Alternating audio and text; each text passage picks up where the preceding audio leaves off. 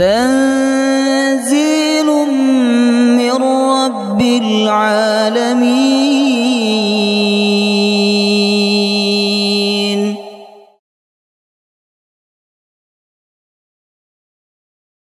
يا أيها الذين آمنوا إذا قيل لكم تفسحوا في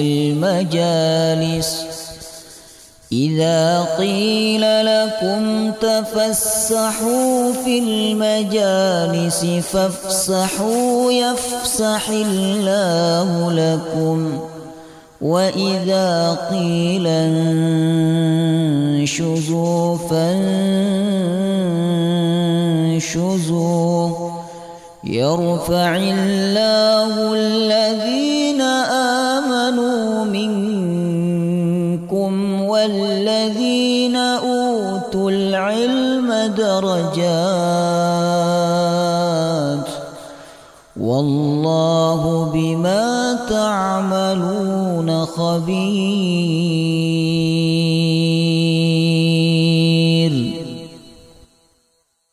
بالله من الشيطان الرجيم. بسم الله الرحمن الرحيم.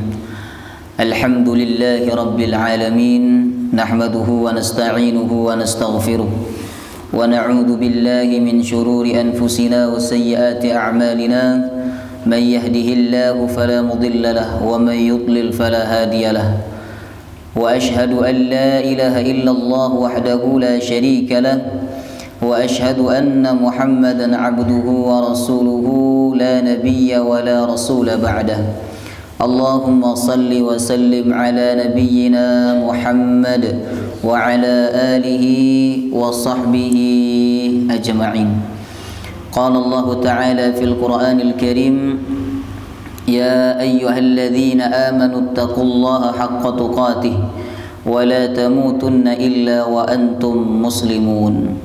اللهم إنا نسألك علما نافعا ورزقا طيبا وعملا متقبلا. اللهم اجعلنا وأولادنا وذرياتنا من أهل القرآن. اللهم أنت يا ميسر يسر أمورنا أمور الدنيا والآخرة، آمين يا رب العالمين. Hadirin hadirat Bapak Ibu jamaah yang dirahmati Allah, Assalamualaikum warahmatullahi wabarakatuh.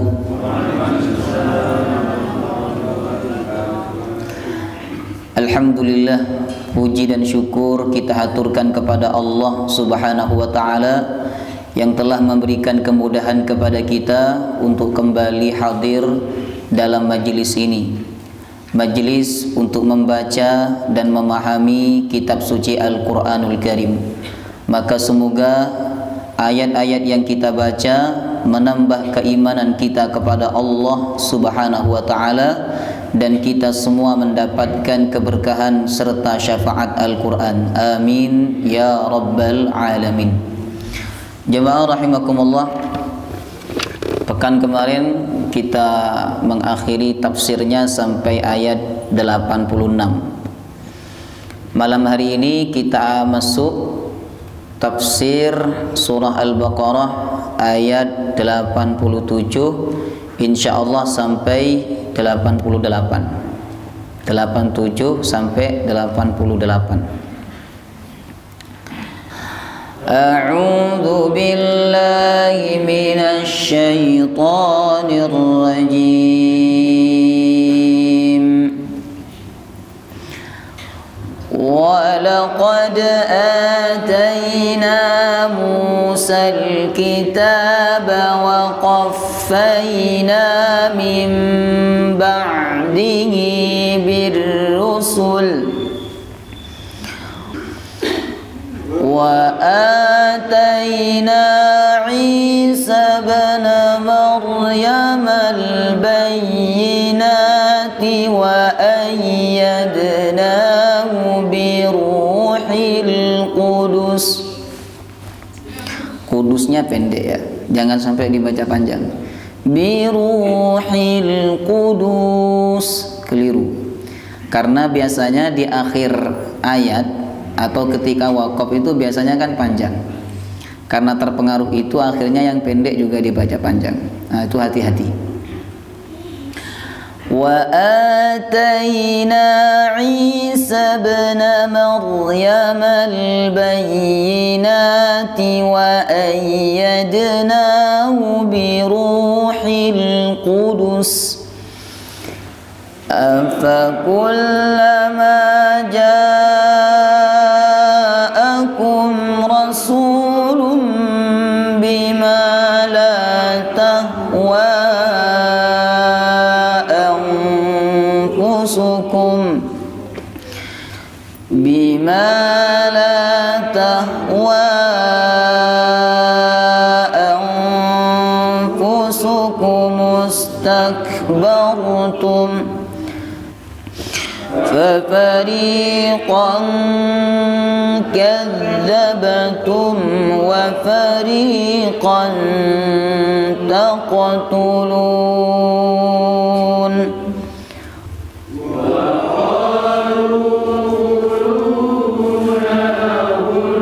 Nah, ini hati-hati. Jangan dibaca wulf. Wulf keliru. Wa qalu qulubuna ghulf. Dibaca lam saja tanpa fa juga keliru. Wa qalu qulubuna ghul, keliru. Yang benar itu fa-nya dibawa tapi sedikit. Ghulf, ghulf. Nah. Wa qalu qulubuna ghulf bal la'anahumullahu bikufrihim faqalilan ma yu'minun. Ain jangan sampai dibaca alif. Bal la'anahumullah, la'ana keliru ya, maknanya berubah. Bal la'anahumullahu bikufrihim faqalilan ma yu'minun.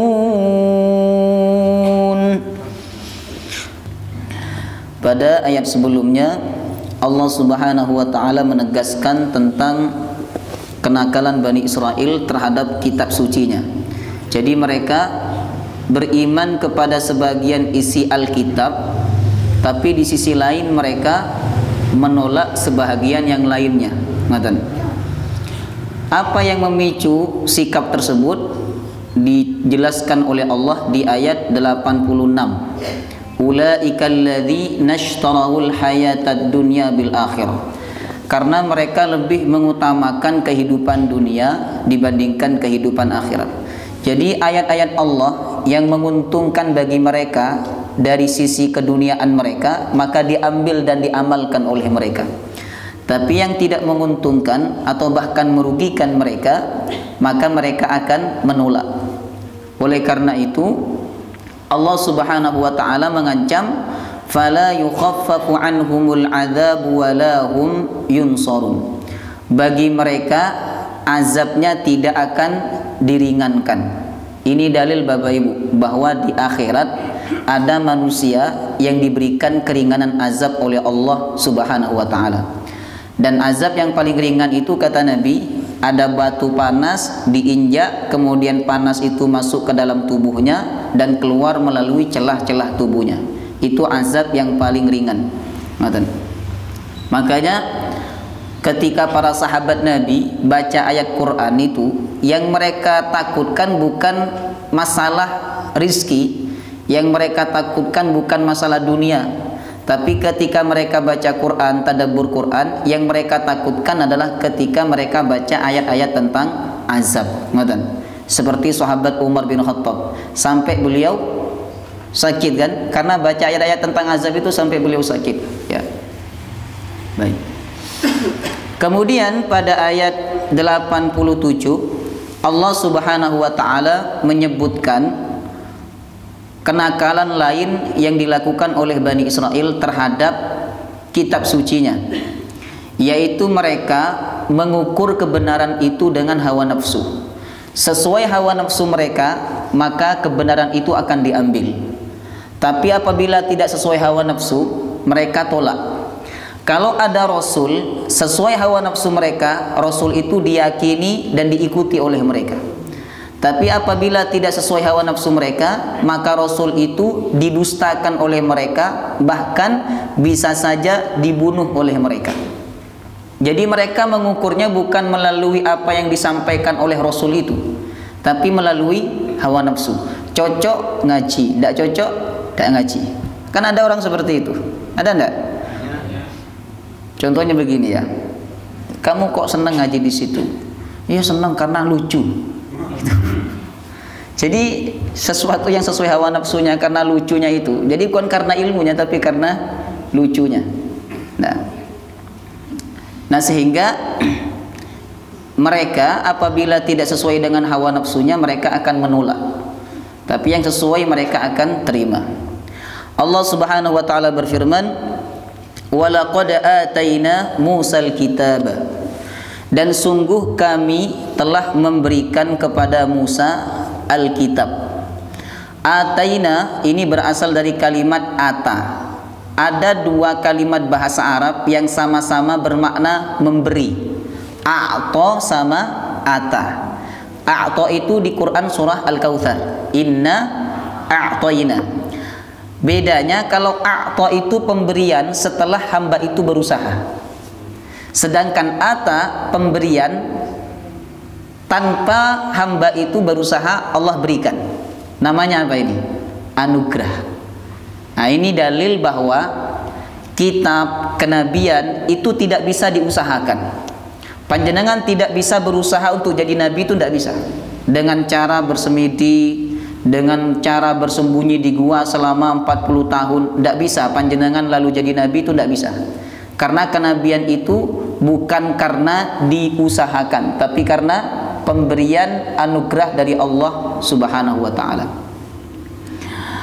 Walaqad ataina, dan sungguh kami telah berikan Musa kepada Musa, yakni kepada Nabi Musa, Alkitab, kitab. Kitab apa yang diberikan kepada Nabi Musa? Kitab Taurat. Allah itu kalau cinta kepada hambanya, yang Allah kasih kitab. Kitab itu berarti ilmu, pemahaman agama. Jadi kalau Allah cinta kepada hamba, Allah kasih ilmu agama. Allah mudahkan dia paham ilmu agama. Bukan Allah mudahkan urusan bisnisnya, bukan Allah naikkan jabatannya, bukan. Tapi Allah mudahkan dia memahami ilmu agama. Makanya Nabi bersabda, "May yuridillahu bihi khairan yufaqihu fiddin." Siapa yang dikehendaki oleh Allah untuk mendapatkan kebaikan, maka Allah akan mudahkan dia memahami urusan agamanya. Oleh karena itu, apabila Allah mudahkan kita datang ke majelis ilmu, memahami Quran, mudah membaca Quran, mudah menghafal Quran, mudah mengamalkan Quran, itu tanda Allah cinta kepada kita. Maka jangan sampai kita sia-siakan cinta Allah Subhanahu wa taala. Tapi kalau dunia tidak bisa kita jadikan ukuran bahwa dunia itu tanda Allah cinta kepada kita. Tidak. Karena Nabi bersabda, "Innallaha yu'tid dunya ila man yuhib wa man lam yuhib." Sesungguhnya Allah memberikan dunia itu kepada orang yang dia cintai dan kepada orang yang tidak dia cintai. Baik, semua dapat dunia. Hatta sekalipun orang kafir dapat dunia. Baik. Jadi tanda Allah cinta kepada hambanya, salah satunya adalah Allah beri dia kitab. Kalau kepada Nabi Allah turunkan kitab. Kalau kepada hamba biasa Allah beri dia pemahaman kitab suci. Nah, kalau kita berarti diberikan pemahaman kitab suci Al-Quranul Karim. Maka apabila kita dapat paham Quran, rasakan saat itu kita sedang dapat nikmat besar dari Allah Subhanahu wa ta'ala. Kadang kan kita ini merasa dapat nikmat besar kalau dapat uang banyak kan. Tiba-tiba ada rezeki yang tidak disangka-sangka, lalu kita alhamdulillah, alhamdulillah. Kita merasa itu nikmat besar. Tapi jarang sekali kita merasa ketika kita dapat baca Quran dengan istiqomah, dapat memahami Quran dengan baik dan benar. Jarang kita merasa bahwa kita saat itu sedang mendapatkan nikmat besar dari Allah Subhanahu wa ta'ala. Baik, kita lanjutkan. Wa qaffayna mim ba'dihi. Wa qaffayna, dan kami ikuti atau kami susul, mim ba'dihi, setelah Nabi Musa. Maksudnya setelah wafatnya Nabi Musa, Allah susul bir rusul, dengan para rasul-rasul yang lain. Jadi setelah Nabi Musa wafat, Allah masih banyak mengutus para rasul kepada Bani Israel, ya. Sehingga dikatakan dalam sejarah bahwa mayoritas nabi dan rasul itu Allah ambil dari kalangan mereka. Ngoten. Jadi kalau Allah cinta, peduli kepada hambanya, Allah pasti utus mereka kepada mereka itu rasul untuk berdakwah kepada mereka. Nah sama Bapak Ibu, kalau kita sayang sama anak bukan dikasih uang, bukan dikasih mainan, ngoten. Sayang kepada anak itu panggil guru untuk ngajari mereka. Itu sayang kepada anak. Ngoten. Nah sama, karena Allah sayang kepada Bani Israel, Allah peduli kepada hambanya, maka Allah utus rasul-rasul kepada mereka untuk berdakwah kepada mereka. Cuman Bani Israel itu salah sangka. Mereka menduga banyaknya rasul yang diutus kepada mereka itu menunjukkan bahwa mereka orang yang paling mulia. Padahal tidak. Justru sebaliknya. Orang itu kalau pintar, manut, dia cukup diajarkan berapa kali? Satu kali cukup lah ya. Tapi kalau dikirim ustadz beberapa kali itu menunjukkan bahwa yang diajarkan itu rodok bermasalah itu. Ngaji sama ustadz ini ndak bisa, panggil ustadz lain juga ndak bisa, ndak bisa. Itu yang bukan menunjukkan dia orang mulia, justru itu menunjukkan bahwa dia bebal. Sama dengan Bani Israel. Bani Israel mengira bahwa banyaknya rasul yang datang kepada mereka, mereka mengira bahwa mereka adalah kaum yang mulia, bahkan mereka menganggap yang lain tidak mulia selain mereka. Padahal banyaknya rasul datang kepada mereka itu saking bebalnya mereka. Sehingga Allah harus utus banyak rasul untuk berdakwah kepada mereka. Kemudian wa ataina Isa bin Maryam, dan kami berikan atau kami anugerahkan Isa kepada Isa. Isa ini bahasa Ibrani yang diarabkan. Bahasa Ibraninya Yashu'u. Orang sebelah nyebutnya apa? Yashu'u nyebutnya apa orang sebelah? Yesus. Ya. Karena orang Arab berat ucap Yashu'u, maka mereka sebutnya Isa. Isa artinya adalah Tuhan yang diberkati, bukan Tuhan ya, Tuhan. Tuhan yang diberkati. Kalau panjenengan punya anak laki-laki dikasih nama Isa, tapi tidak ada bin Maryamnya, Isa. Nah itu artinya adalah Tuhan atau anak yang diberkahi. Isa lahir di Bethlehem. Sebenarnya Bethlehem itu singkatannya dari Baitul Lahmin. Baitul Lahmin disingkat sama orang sana Bethlehem. Nah lahir dan beliau diangkat menjadi nabi pada umur 30 tahun. Jadi tidak semua nabi diangkat menjadi rasul itu umur 40. Nabi Isa diangkat menjadi rasul di umur beliau 30 tahun. Dan beliau berdakwah hanya 3 tahun. Jadi dakwahnya cuma 3 tahun. Karena di umur 33 tahun beliau diangkat oleh Allah. Ya, ketika mau disalib kan sama orang-orang Yahudi, mau dibunuh sama orang Yahudi itu. Karena orang Yahudi cemburu. Saat itu, Bapak Ibu, pekerjaan yang paling menguntungkan adalah dukun. Jadi siapa yang bisa mengobati orang? Karena saat itu orang banyak kena penyakit. Ya, penyakit lepra, penyakit buta, kemudian banyak macam penyakit. Sehingga dukun saat itu naik daun. Banyak penghasilannya. Datang Nabi Isa, dia buka pengobatan gratis, tapi syaratnya harus beriman. Maka orang-orang Yahudi itu tidak terima. Akhirnya mereka membunuh Nabi Isa alaihissalam. Ketika mau dibunuh, ternyata Allah angkat dan Allah serupakan seseorang dengan Nabi Isa alaihissalam. Wa ma qataluhu wa ma salabuhu walakin syubbiha lahum. Mereka tidak membunuh, mereka tidak menyalib Isa. Yang mereka salib adalah orang yang diserupakan dengan Isa alaihissalam. Barrafa'ahu Allahu ilaihi. Tapi Allah mengangkat Nabi Isa, diangkat ke langit. Jadi dakwanya Nabi Isa itu hanya 3 tahun. Di umur 33 beliau diangkat oleh Allah Subhanahu wa taala. Baik. Wa ataina Isa ibna Maryam. Isa ibna Maryam, anak laki-lakinya Maryam. Maryam juga bahasa Ibrani. Cuman karena orang Arab mudah mengucapkan Maryam, maka bahasanya tetap tidak berubah. Ngoten. Maryam artinya adalah wanita yang taat kepada Allah. Jadi kalau panjenengan punya anak perempuan dikasih nama Maryam, itu artinya harapannya dia akan jadi wanita yang taat kepada Allah. Cuman sekarang Maryam itu bukan lagi nama orang, nama roti. Roti Maryam, roti yang taat kepada Allah. Roti Maryam. Dikatakan dalam sejarahnya, Maryam melahirkan Nabi Isa di umurnya ketika beliau saat itu berusia 13 tahun. Maryam melahirkan Isa itu usianya 13 tahun, masih sangat muda, ya. Setiap Allah sebut Isa dalam Quran, itu keseringan Allah sebut nama ibunya.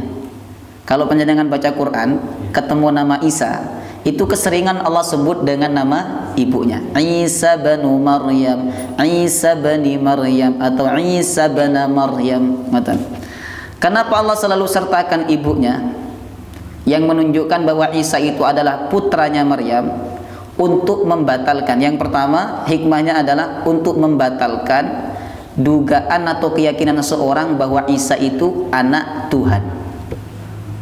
Maka Allah sebut Isa dalam Quran itu selalu ibnu Maryam, bukan ibnullah. Kemudian yang kedua, Allah ingin menunjukkan kebesarannya, bahwa dia bisa menciptakan manusia tanpa seorang ayah. Tanpa perantara seorang ayah, Allah bisa ciptakan. Bahkan Allah juga bisa menciptakan manusia tanpa ayah dan tanpa ibu, seperti Nabi Adam. Allah juga bisa ciptakan manusia tanpa ibu, tanpa istri, itu Allah bisa ciptakan. Siapa? Hawa.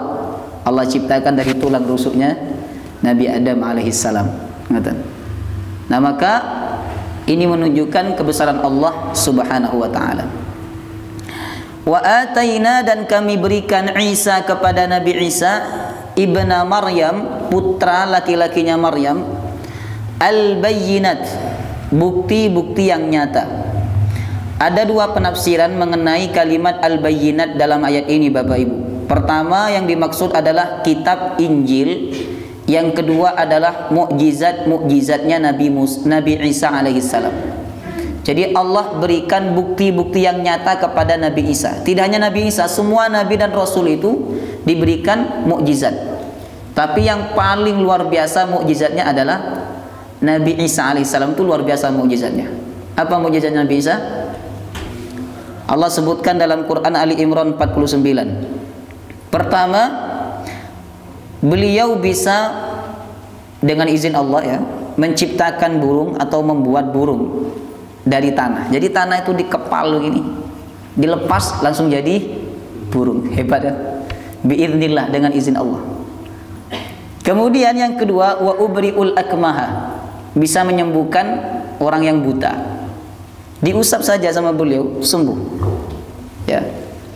Jadi tangannya Nabi Isa itu ada kekuatan yang diberikan oleh Allah, tangannya. Makanya Nabi Isa itu sama orang Yahudi disalib, kan? Sebenarnya yang disalib bukan Nabi Isa, yang diserupakan dengan Nabi Isa. Kenapa disalib? Karena orang Yahudi itu tahu kekuatan Nabi Isa itu adalah di tangan. Termasuk juga kekuatan Dajjal, ibu-ibu nanti yang akan turun di akhir zaman, itu kekuatannya juga di tangan. Oleh karena itu, yang diutus oleh Allah untuk melawan Dajjal siapa? Nabi Isa alaihissalam. Sama-sama punya kekuatan di tangannya. Kemudian wal abros, Nabi Isa juga bisa menyembuhkan penyakit abros, penyakit belang, ya. Wa uhyil mauta, yang dahsyat, dia bisa menghidupkan orang mati. Tapi Allah sebutkan biidnillah, dengan izin Allah Subhanahu wa taala. Kemudian wa unabbiukum bima ta'kuluna wa ma tadakhiruna fi buyutikum. Nabi Isa bisa mengetahui apa yang disembunyikan oleh kaumnya di dalam rumah-rumah mereka. Jadi kalau mereka ada kewajiban zakat tidak dikeluarkan, Nabi Isa tahu. Oh, ente ini punya uang tapi tidak dizakatin. Nabi Isa tahu. Jadi beliau tahu hal-hal yang gaib. Itulah kemukjizatan Nabi Isa yang Allah sebutkan dalam surah Ali Imran ayat 49. Baik, kita lanjutkan. Wa ayyadnahu biruhil qudus, dan kami kuatkan Isa ibnu Maryam biruhil qudus, dengan Roh Kudus. Kita sering dengar kalimat ini, Roh Kudus. Nah, sering dengar. Karena memang ada dalam Quran. Roh Kudus itu ada dalam Quran. Roh Kudus menurut pendapat yang paling kuat yang dimaksud adalah malaikat Jibril. Jadi Nabi Isa punya kekuatan itu karena diberikan oleh Allah melalui malaikat Jibril. Orang Yahudi meyakini bahwa yang punya kekuatan dari malaikat Jibril itu hanya Nabi Musa. Makanya Allah sebutkan Nabi Isa juga punya kekuatan dari malaikat Jibril. Wa ayyadnahu biruhil qudus.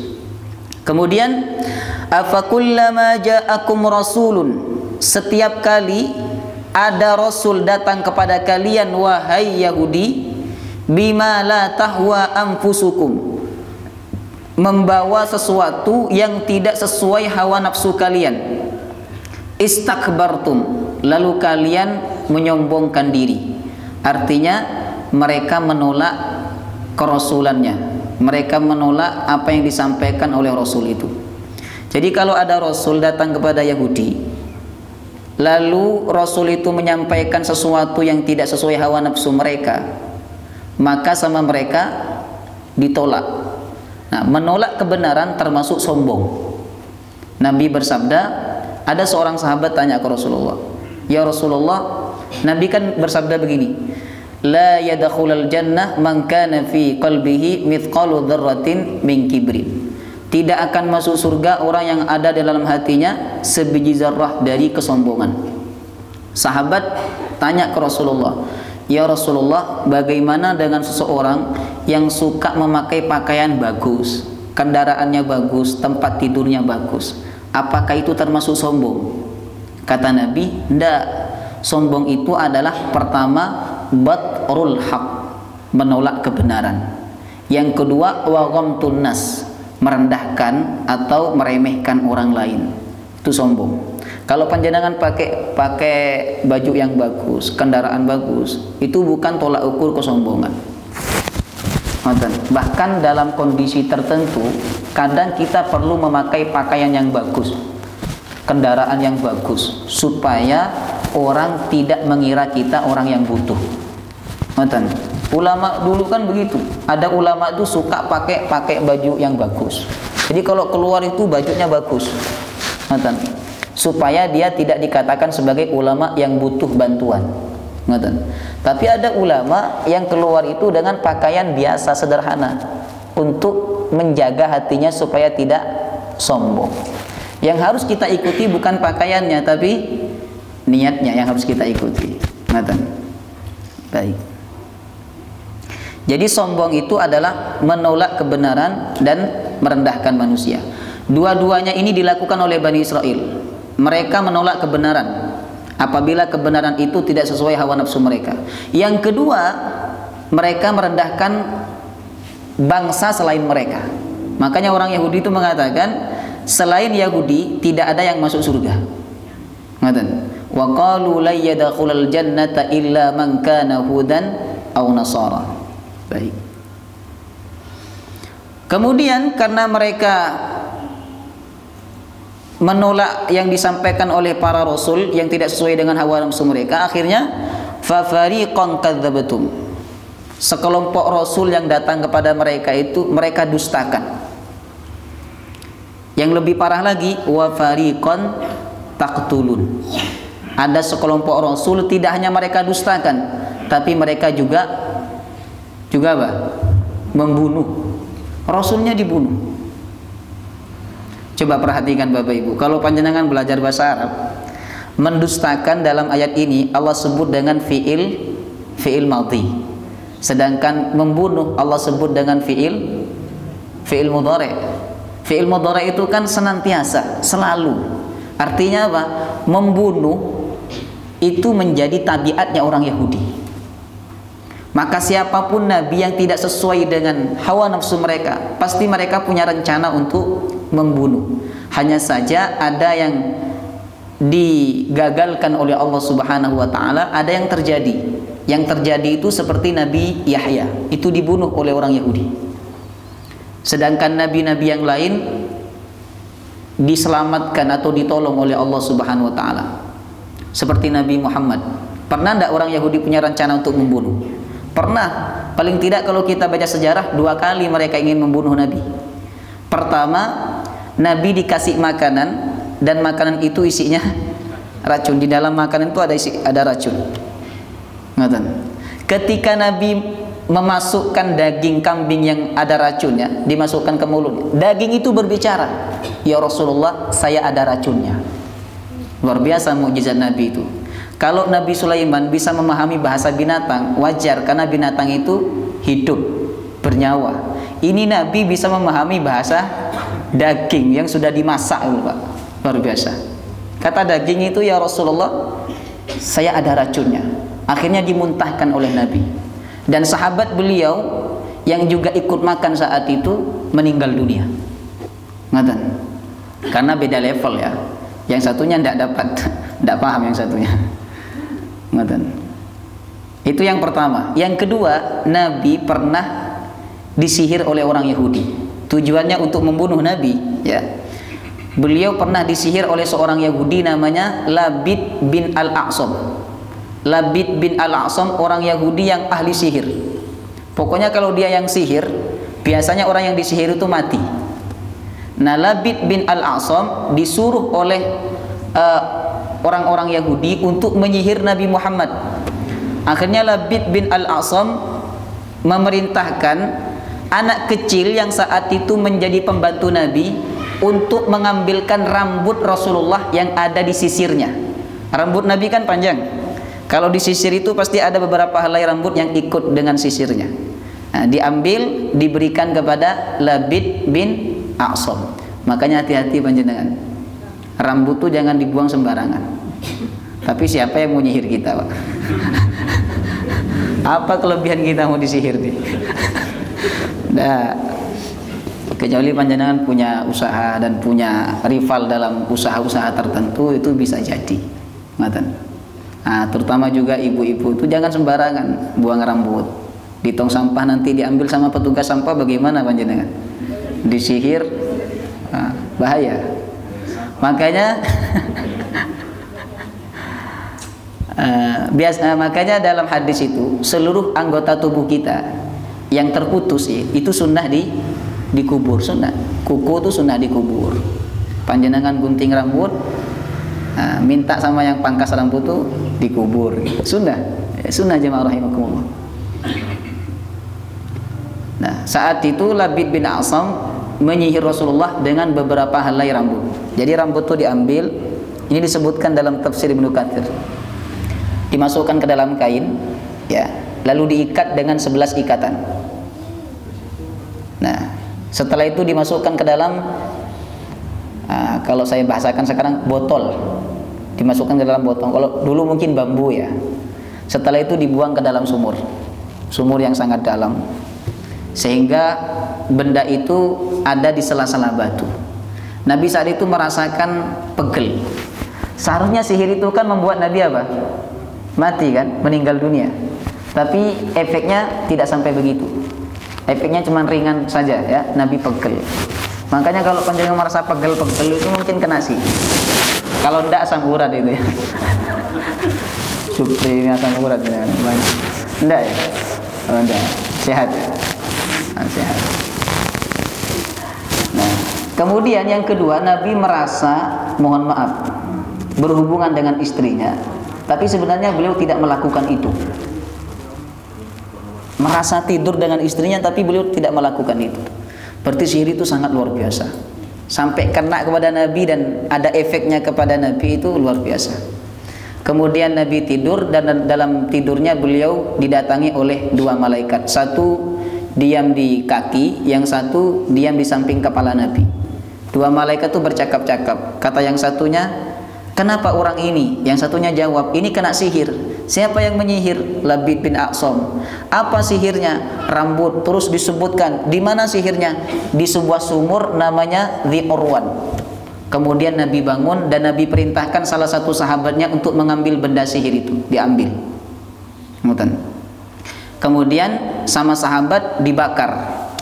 Nah, dibakar. Jadi apa? Botolnya itu dibakar, ternyata di dalam ada kain diikat dengan 11 ikatan. Kemudian diberikan kepada Rasulullah. Saat Nabi memegang kain itu, malaikat Jibril datang mengajarkan ayat-ayat ruqyah. Yang diajarkan oleh malaikat Jibril adalah Al-Falaq dan An-Nas. Setiap satu ayat yang dibaca maka satu ikatan lepas. Qul a'udzu birabbil falaq, satu lepas. Min syarri ma khalaq, lepas lagi sampai 11. Makanya jumlah surah Al-Falaq dan An-Nas itu kalau digabung ada berapa ayat? 11. Al-Falaq ada berapa? 5. An-Nas 6, 11 semua. Jadi kalau panjenengan kena sihir, tidak usah jauh-jauh cari pengobatan. Allah sudah ajarkan obatnya. Baca Al-Falaq dan An-Nas, baca. Kalau panjenengan merasa pegel-pegel, asam urat ndak, kerja capek ndak, kok pegel-pegel, kemudian bawaannya mau marah sama istri, mungkin kena sihir itu. Mungkin. Baca qul a'udzu birabbil falaq. Ya ibu-ibu, kalau suaminya kok tiba-tiba marah, biasanya sayang sama istri, tapi hari itu kok marah terus, ndak ada apa-apa, marah. Mungkin ada sesuatu yang memasuki dia. Bacakan Al-Falaq dan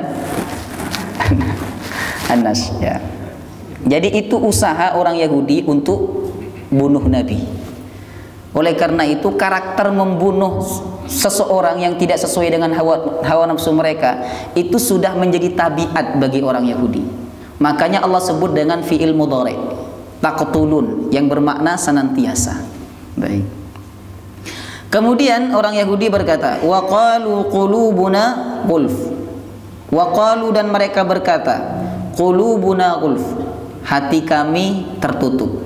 Jadi begini, orang Yahudi itu kalau diajak kebaikan, disampaikan kebenaran, mereka tidak beriman. Alasan mereka apa? Hati saya masih tertutup, saya tidak paham apa yang kamu sampaikan. Orang sekarang ada yang seperti ini, tapi bahasanya beda. Orang sekarang biasanya sebut apa? Belum dapat hidayah kan? Kamu kenapa tidak sholat? Belum dapat hidayah. Itu orang Yahudi itu. Kamu kenapa tidak pakai jilbab? Belum dapat hidayah. Itu juga orang Yahudi. Jadi ucapan Yahudi yang dipakai oleh orang saat ini. Cuman bahasanya beda. Kalau Yahudi sebutnya wolf. Wolf itu hati saya masih tertutup, ada penutup, sehingga saya tidak paham apa yang kamu sampaikan. Hati saya tidak bisa menerima. Tapi orang sekarang sebutnya, saya belum dapat hidayah. Kenapa kamu tidak naik haji, tidak berangkat haji? Padahal uangnya banyak, rumahnya besar, mobilnya banyak. Dia jawab, belum dapat. Kok bisa belum dapat hidayah? Belum dapat panggilan. Padahal sudah dipanggil. Kaya itu berarti sudah dipanggil itu. Allah. Maka la'anahumullahu bikufrihim. Allah laknat mereka bikufrihim, sebab kufurnya mereka. Allah laknat mereka berarti Allah jauhkan rahmatnya dari mereka. Faqalilan ma yu'minun, sehingga sedikit apa yang mereka imani. Nah, sedikit apa yang mereka imani ini ada 3 makna. Yang pertama adalah sedikit di antara mereka yang beriman. Jadi kalau dibandingkan antara yang beriman dan yang tidak beriman orang Yahudi itu, maka lebih banyak yang tidak beriman. Kemudian yang kedua, kalaupun mereka beriman, kata Al-Quran, imannya sedikit, imannya tipis seperti kulit bawang. Kemudian yang ketiga, Ada yang mengatakan faqalilam ma yu'minun, artinya adalah sedikit pun mereka tidak beriman. Nah, jadi makna ini boleh kita pakai tiga-tiganya. Yang pertama, sedikit di antara mereka yang beriman. Yang kedua, kalaupun mereka beriman, imannya sedikit atau tipis. Yang ketiga, sedikit pun mereka tidak beriman. Ya. Itulah karakter jelek orang Yahudi yang berkata qulubuna gulf, hati saya masih tertutup, saya belum dapat hidayah sehingga saya tidak ikut kebenaran ini, sehingga saya tidak melakukan ini. Itu ucapan orang Yahudi. Wallahu taala a'lam bissawab. Kita tutup dengan pembacaan doa kafaratul majlis. Subhanakallahumma bihamdika asyhadu an la ilaha illa anta astaghfiruka wa atubu ilaik. Wassalamualaikum warahmatullahi wabarakatuh.